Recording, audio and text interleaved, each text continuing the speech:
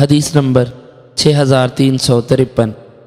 حضرت عبداللہ بن عمر رضی اللہ عنہ بیان کرتے ہیں کہ رسول اکرم صلی اللہ علیہ وسلم نے ایک رات اپنی زندگی کے آخری دنوں میں ایک رات عشاء کی نماز پڑھائی۔ جب آپ نے سلام پھیرا تو کھڑے ہو گئے۔ آپ نے فرمایا، تم نے اپنی اس رات میں غور کیا ہے؟ جو لوگ اس وقت روئے زمین پر ہیں 100 سال بعد ان میں سے کوئی بھی زندہ نہیں رہے گا۔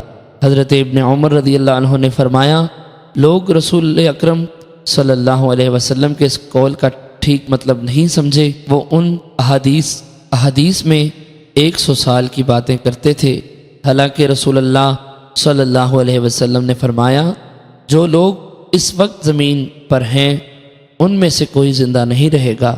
اس سے آپ کی مراد یہ تھی کہ یہ زمانہ ختم ہو جائے گا۔ حدیث نمبر 6354۔ امام مسلم نے اس حدیث کی ایک اور سند بیان کی ہے۔